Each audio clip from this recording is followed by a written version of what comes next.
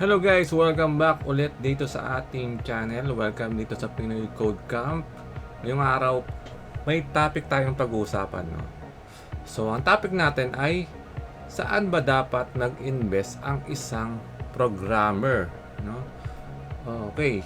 So, kung ikaw ay isang programmer at nagtatrabaho ka na sa isang kumpanya, so dapat panoorin mo tong episode natin na to.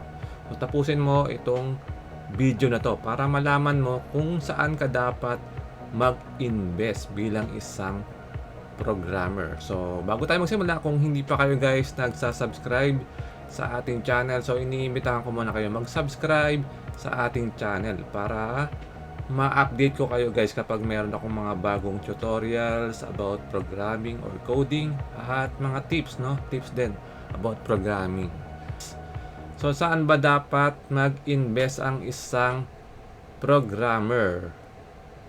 So, meron akong ibibigay na dalawa, no? Dalawang investment, no?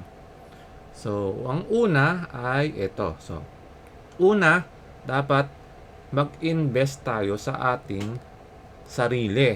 Yan. So, unahin dapat natin yung sarili natin. So, number one dapat yung ating sarili. So, pag sinabing mag-invest sa ating sarili, so ano ba yung mga dapat nating gawin? So, meron akong mga examples dito guys. No? So, number one dito, learn new skills. Yan. So, yung skills pwedeng technical. So, pag sinabing technical, pwedeng ano yan, no?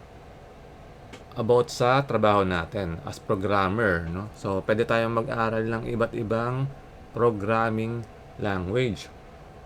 So, hindi lang programming. So, marami kasi yung IT, no? So, malawak naman yung IT. Pwedeng mag-aral kayo ng ibang skills sa IT, gaya ng cloud, no? Cloud infrastructure, at security, mga administration, no? Network admin. So, marami yan guys, no? So, pwede nyong aralin yan. So, maganda yung marami kayong alam na iba't ibang skills, lalo na sa IT. Napaka-importante yan guys, no? Na dapat marami kang skills na alam sa IT. Dapat all around ka rin. Hindi lang dapat coding yung alam mo. No? At pangalawang example ko rito, yung soft skills. So, pag sinabing soft skills, ano bang ibig sabihin nun? So, pag sinabing soft skills guys, dapat marunong kang makipag-usap. So, dapat yung communication skills mo, dapat maganda rin, no? Dapat ini-improve natin yan, yung communication skills. Kasi napaka-importante yan guys, no? Lalo na sa IT rin. Kasi araw-araw nakikipag-usap tayo sa iba't ibang tao, no? Nakikipag-usap tayo sa iba't ibang mga business stakeholders, no? So, hindi lang puro IT yung kausap natin, no? Madalas, mga tao na may kinalaman naman sa mga business or operation ng business. So, dapat magaling tayong makipag-usap, lalo na sa mga kliyente, no? Kung maganda yung iyong soft skills, siyempre, mas madali mong maibebenta yung mga skills mo, no? Gaya ng kapag nag-a-apply ka, no? So, kapag nag-a-apply ka, so, dapat magaling ka makipag-usap para madali kang ma-hire during interview.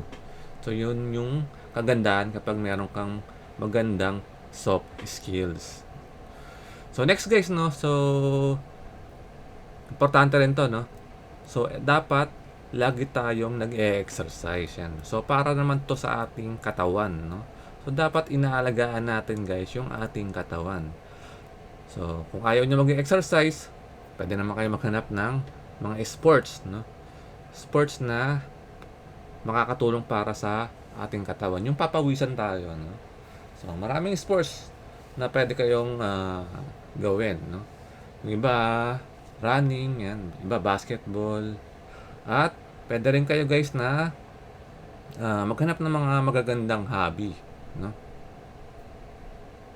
So, piliin nyo guys yung mga hobby na makakatulong sa inyong katawan, pati sa inyong isipan, no? Yung mare-relax din yung katawan nyo at yung isip nyo, no?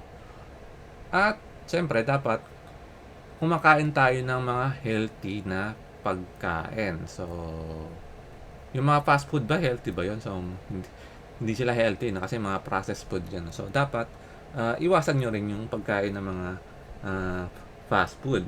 So, hindi ko naman sinasabing masamang kumain ng fast food, no? So, siguro bawasan nyo na lang, no? Mas okay pa rin kumain ng mga healthy na pagkain. Kasi para yan sa katawan at sa isip natin, yung mga healthy food na yan. Saka, kapag kumakain kayo ng mga healthy food, guys, no? Saka, nag-exercise kayo, so makakaiwas kayo sa mga sakit, no? Yan. So, yun yung purpose dito, no? Dapat, kapag inalagaan natin yung katawan natin, siyempre, hindi tayo basta-basta magkakasakit. Okay? So, pangatlo naman, guys, so, buy things na may value. Ayan. So, ito naman, guys, no? Kapag meron kayong gustong bilhin para sa inyong sarili, so piliin nyo yung mga bagay na may value. So, kung tingin nyo, may value to, kunyari, bahay at lupa. Kung tingin nyo may value yon, so, pwede nyong bilhin, siyempre, no? Pag sinabing may value, sabihin, pwede nyo siyang ibenta ulit. Or, yung bagay na yon ay pwedeng magpasok sa'yo ng pera. Or makakatulong sa yung trabaho, or business, no? So, kung yung kotse na gusto mong bilhin, makakatulong naman sa'yo, sa trabaho mo, or sa business mo, pwede mo siyang, maganda siyang bilhin, no? So, kasi meron siyang value na binibigay sa'yo.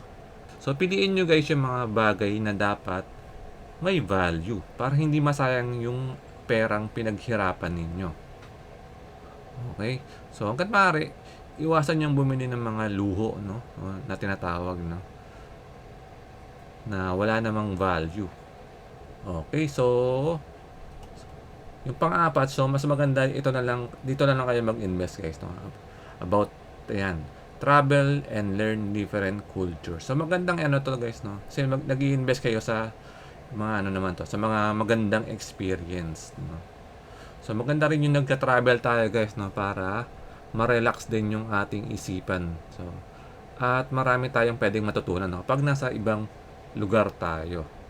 Yung iba nagka-travel para makapag-relax at para hindi ma-stress, no. Yan, nakakatulong to kasi yung pag-travel, yan, para hindi tayo ma-stress. Lalo na kung yung trabaho natin ay sobrang stress na, no. So maganda, every year maglaan kayo, guys, ng budget para makapag-travel kayo sa isang magandang lugar, no? At panghuli, guys, no, learn how to manage your mind and emotion. So napaka-importante na to, guys, no. Lalo na yung kung trabaho mo ay IT or bilang isang programmer. So madalas pagod yung isipan mo, no? Madalas stress yan. So dapat matutunan mo kung paano mo mamamanage yung iyong isipan, pati yung emotion. So magandang tip ko rito, guys, no, dapat maganda dapat na nakakatulog kayo ng maayos.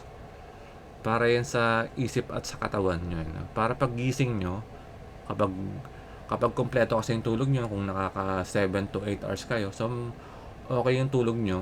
Kapag nagtrabaho kayo, mas madali kayong makakapag-isip, no? Mas matalas yung inyong isipan.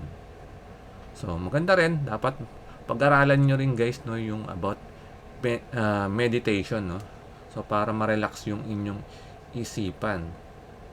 At sinabi ko rin dito yung about your emotion, no? So dapat at patutunan nyo rin na kontrolin yung emotion nyo. Dapat hindi kayo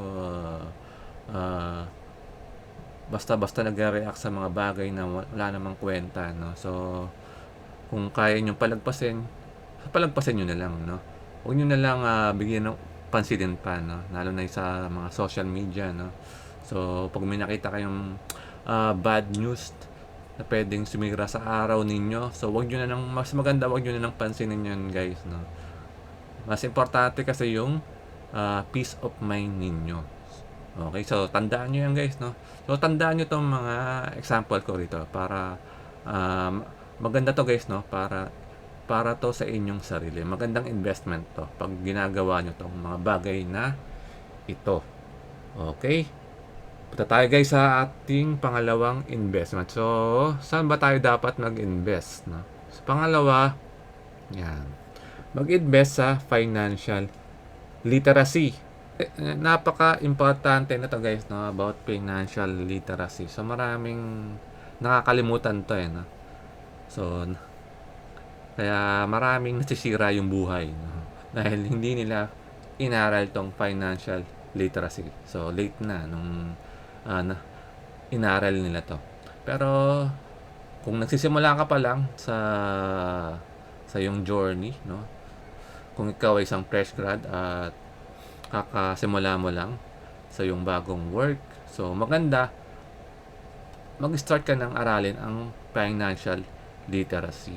Yan. So, ano ba yung dapat mong matutunan sa financial literacy? Una rito guys, yung learn how to save and budget. So, napaka-importante yan guys, no? So, yung pag-save at pagba-budget.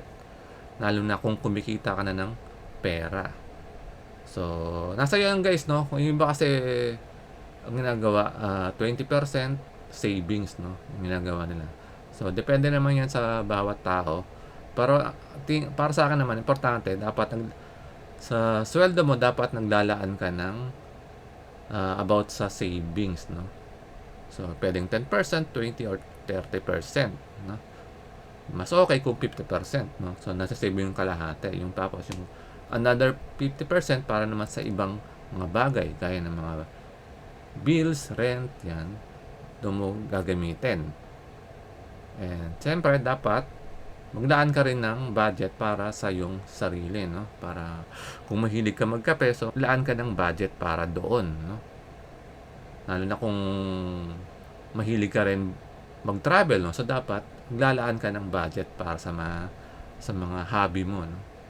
Okay? So, pangalawa, learn how to control your spending habits. So, yan. Importante to guys, no? Kasi, yung iba kasi hindi makontrol yung sarili, no? Kapag napunta sa mga Lazada or Shopee or TikTok shop, no? So, kung ano-ano na lang yung binibili na hindi naman importante. So, dapat makontrol nyo yung guys, no? Kasi, hindi nila napapansin, doon pala nauubos yung kanilang pera sa mga bagay na hindi naman importante, no? So, mas maganda yung pera nyo, either i-save nyo or i-invest nyo sa ibang bagay. Yan. So, at pangatlo, avoid bad debt. Yan. So, umiwas tayo dapat sa mga masamang utang. So, masamang utang ang sabi ko kasi meron namang magandang utang, no. Pag sinabing magandang utang, ibig sabihin yung pera na 'yon, ginamit mo sa magandang bagay, no. Either bumili ka ng bahay or kotse na makakatulong mo naman sa trabaho mo, no. Or yung pera na 'yon ginamit mo sa isang business, no. O sa isang side business mo. So, ano yun, no? Okay na utang yun. So, good debt yun, no? Itong tinutukoy ko rito ng mga bad debt, no? Or masamang utang. So, kapag yung pera inutang mo, tapos ginamit mo lang pambilin, kunyari, bumili ka lang ng isang bagong cellphone na, kunyari, iPhone, no? Bagong labas ng iPhone. So, doon mo ginamit. So, tapos ano pa, no? Installment pa, no? Inutang mo pa sa credit card, no? So, pangit yun kasi may ano yun, kasi nagkautang ka na yung binili mo na wala namang value na binibigay sa yon. At yung iba nababaon sa utang, no? So kasi may yung ibang utang may interest yan, no? So nababaon sila sa mga interest.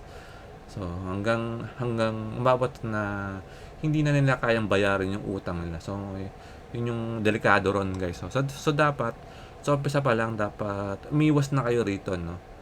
Mas maganda nga dapat no, kung hanggat sa simula umiwas kayo sa paggamit ng mga credit card, no? Lalo na kung hindi nyo kayang kontrolin yung inyong sarili. Kasi once na nakagamit kayo ng credit card, no, tapos hindi nyo napigilan yung sarili nyo, so hindi nyo napapansin na babaon na pala kayo sa utang sa credit card. So maraming Pilipino ang nababaon ngayon sa credit cards, so sa mga utang, pati rin sa mga app loan, no. So mga uso ngayon yung mga app loan. So hangga't maaari umiwas kayo guys na umutang sa mga yan kasi nga malalaki yung mga interest na pinapatong nila. So, mahirap bayaran kapag malaki kasi yung mga interest. Okay, so next naman, learn how to grow your money. So, ito guys, no, kung malaki na yung naiipon nyo, yan, so dapat aralin nyo naman kung paano palalaguin yung pera na yon, no? So, yung pera na yon pwede nyong i-invest sa mga business, mga real estate, yan, stocks, MP2 or crypto. So, tandaan nyo guys, no, bago nyo i-invest yung pera nyo, dapat pag-aaralan nyo muna kung saan nyo siya i-invest, no? Pag-aaralan nyo yung yung kunyari, yung gusto nyo mag-invest sa stocks, so dapat aralin nyo muna yung stocks bago kayo doon mag-invest, no? Huwag kayo basta-basta mag-i-invest, no? Lalo na sa crypto, no? Kung hindi nyo naman kabisado yung crypto, bakit kayo mag-i-invest doon, no? So baka masunog lang yung pera nyo ron, baka maubos lang. So mas maganda aralin nyo muna yung mga investment na papasukan nyo. At tandaan nyo rin guys, no, bago kayo pumasok sa mga ganitong mga investment, so siguraduhin nyo na meron kayong mga savings or emergency funds, no, na tinatawag, no. So napaka-importante rin nun guys, no. So ito namang mga financial literacy guys, no. So marami naman tong mga tutorials dito sa YouTube, no. So pwede nyong panoorin yun para matuto kayo guys ng about sa financial literacy. So yun lang guys yung video natin today about kung saan ba dapat mag-invest ang isang programmer. So kung nagustuhan nyo to guys itong ating video, so i-click nyo guys yung like button at i-share nyo rin to sa inyong mga kaibigan. So maraming salamat guys sa inyong panonood at magkita-kita ulit tayo sa mga next na video ko.